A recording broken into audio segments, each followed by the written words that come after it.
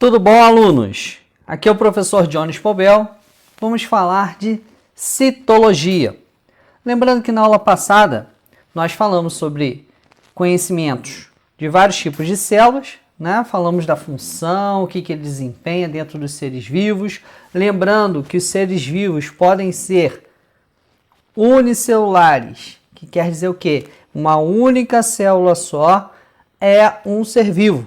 Exemplos são as bactérias, os protozoários. Então, uma única célula é um ser vivo. São chamados de unicelulares.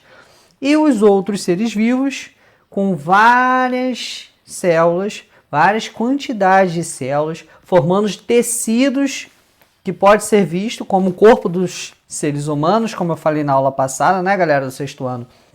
Nós temos os seres que são pluricelulares ou multicelulares. Então, tem essas duas palavrinhas para indicar seres que têm tecido, que têm órgãos, têm movimentação. São seres que não são microscópicos, né?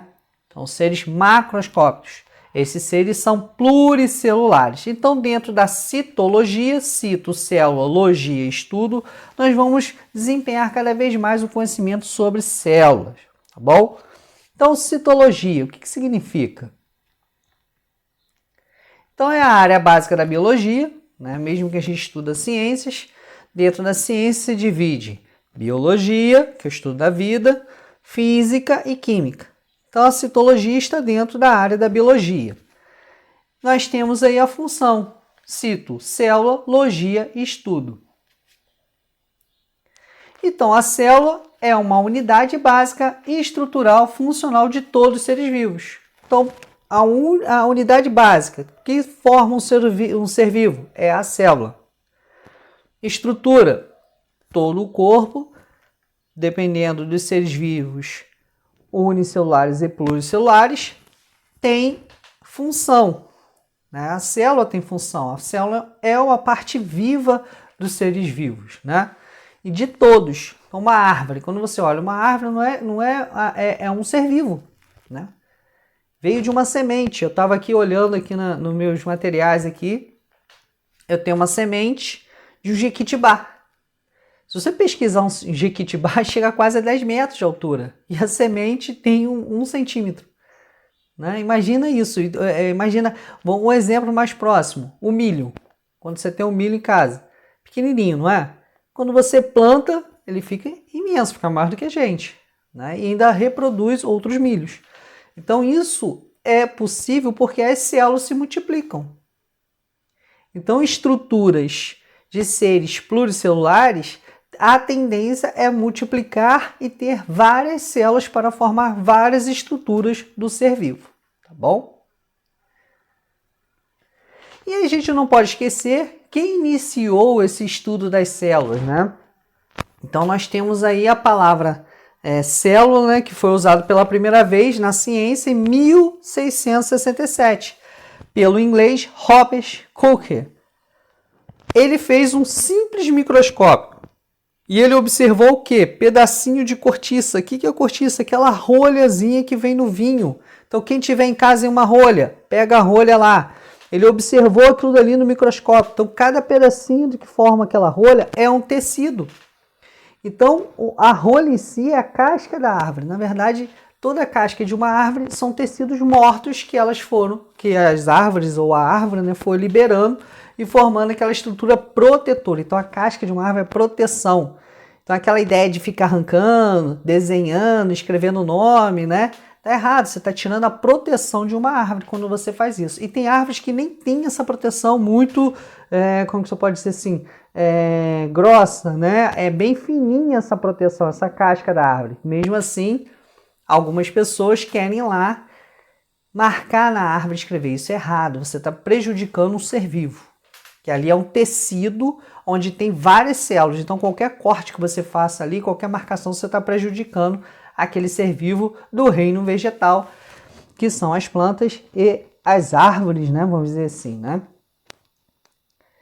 E esse compartimento dentro das células, né? Vamos dizer assim, que foi visto pelo primeiro cientista, que está apresentando a lateral e ele conseguiu ver que seriam células, né?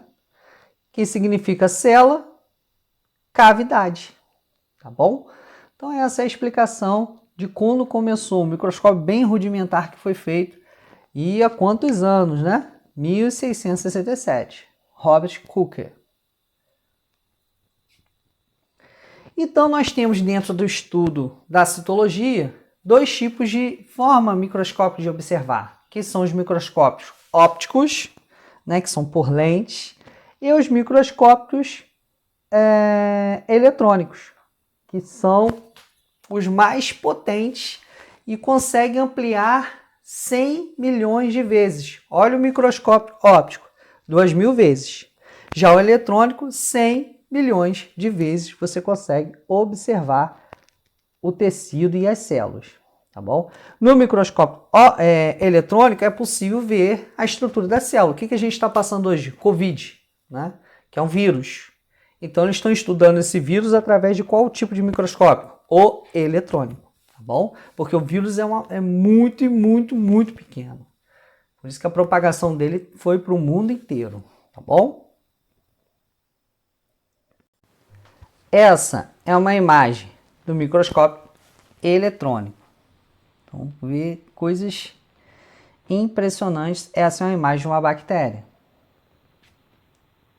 Outra imagem aí. Piolho agarrado em um fio de cabelo.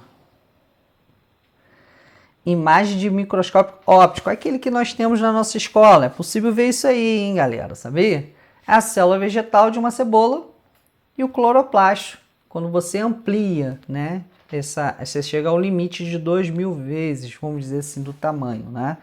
Então ali a gente está observando o tecido, que é quando você olhar a rolha, né? Você vai ver essa estrutura mais ou menos assim formada desse jeito. E quando você amplia mais um pouco, você vê os cloroplastos dentro da célula, que são essa estrutura aí de super importância para a célula, porque os cloroplastos que realizam o quê? A fotossíntese. E aí algo muito importante que eu falei na aula passada e nós temos que guardar, além de entender o que seria seres unicelulares e pluricelulares, nós devemos entender e dividir em dois grandes grupos os seres vivos, que são os procariontes e eucariontes. Então, na aula passada eu falei um pouquinho sobre eles. Hoje a gente vai se aprofundar mais, tá bom? E aí nós temos a diferença entre células procariótica e célula eucariótica. Procariótica, sem membrana nuclear. Ausência de organelas com membranas. A fotossíntese e a respiração celular ocorrem em membranas. São as células mais antigas da Terra. E todas as bactérias são constituídas por células procariontes. Então, essas são as características dos procariontes. Quem são os procariontes? As bactérias. Tá bom? Então, sempre guardar isso. Exemplos de células procarióticas. Bactérias. Tá bom? Já as células eucarióticas têm diferença. Tipo, núcleo com membrana nuclear. Ou nucleolo. Então, nucleolo. Ou o que a gente tem que entender? Que todo núcleo onde tem um material genético vai ter uma membrana, uma bolsa protegendo. Lembra que eu falei isso na aula passada? Grande variedade de organelas membranosas. A fotossíntese ocorre no cloroplasto, no caso só nas células vegetais, só nos seres vivos vegetais. E algumas algas também, as algas, né? Microscópicas e macroscópicas. Respiração celular ocorre em outra organela chamada mitocôndria. Então, existe diferença de células procarióticas e eucarióticas, tá bom? E aí, se aprofundando um pouco mais, célula eucariótica são todas as células cujo constituintes do núcleo encontram-se separados dos restos ou do resto da célula por uma membrana. Membrana nuclear e tem outro nomezinho, carioteca. Tá?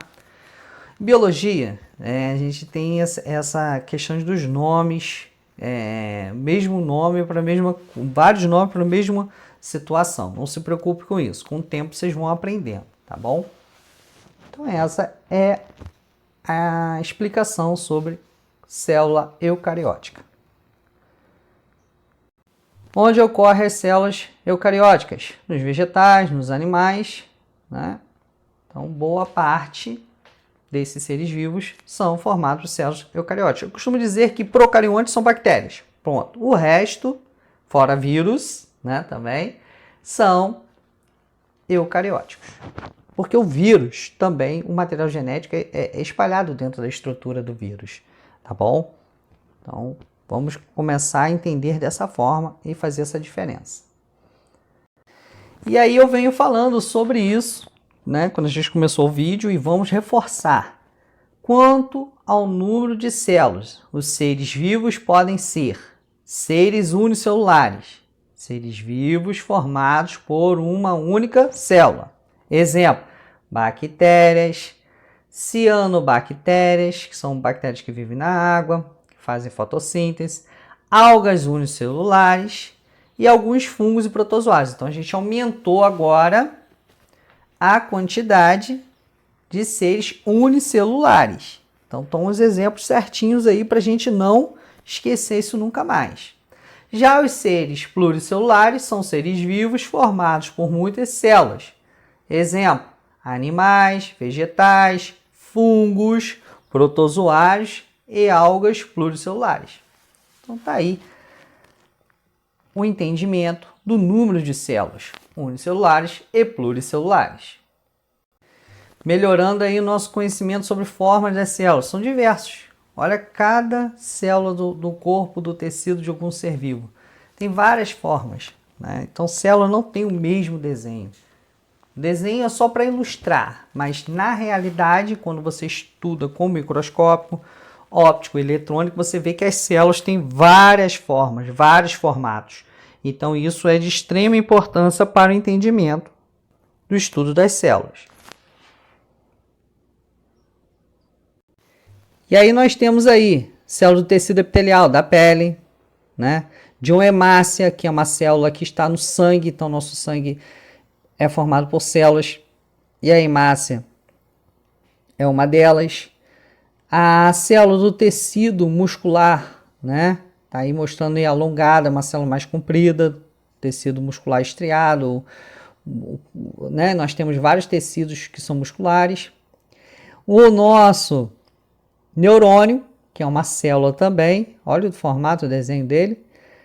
Bactérias também, cada bactéria tem um formato de célula diferente. Então nós temos os bastonetes, bactérias bastonetes e bactérias cocos, que são mais redondinhas, tá bom? Aí nós temos a estrutura básica das células. Então basicamente as células são formadas por mesmas estruturas, no caso é a célula eucariótica, membrana plasmática, que envolve a célula, citoplasma é a região onde fica entre a membrana e o núcleo onde controla as atividades celulares. Por quê? Porque tem um material genético. Esse material genético vai passar as informações para o funcionamento da célula. Bom? E aí nós temos as células eucarióticas, animal e vegetal, né? Mostrar semelhanças e diferenças. Diferença nítida aí em volta da membrana plasmática. Os dois têm membrana plasmática, sendo que na célula vegetal nós temos uma parede celular. Na célula animal nós não temos parede celular. Na célula vegetal nós temos cloroplasto, que é uma organela específica para seres que fazem fotossíntese, principalmente da célula vegetal. Já na célula animal nós não temos cloroplasto, tá bom? E aí é importante reforçar que toda célula que seja procarionte ou eucarionte apresenta membrana, que isola o quê? A célula do seu exterior. Né? Então a membrana é uma camada protetora. É tão fina, né, que existe uma medida em nanomilímetros, né? E só foi possível estudar essa célula quando se aperfeiçoou cada vez mais o microscópio óptico, tornando-se visível, né? E aí nós temos aí, após o desenvolvimento do microscópio eletrônico, pôde-se perceber que a membrana plasmática existe estruturas bem diferenciadas. E aí quando você faz um corte, visualiza, do lado dessa membrana plasmática, você começa a ver linhas claras e escuras que determinam que a membrana plasmática faz a seleção do que pode entrar e sair. Então, a membrana plasmática não é simplesmente uma barreira, ela é uma estrutura vital de extrema importância para a célula para poder controlar o que entra e o que sai, tá bom? E eu posso dizer que é para manter a vida da célula. Sem membrana, a célula morre.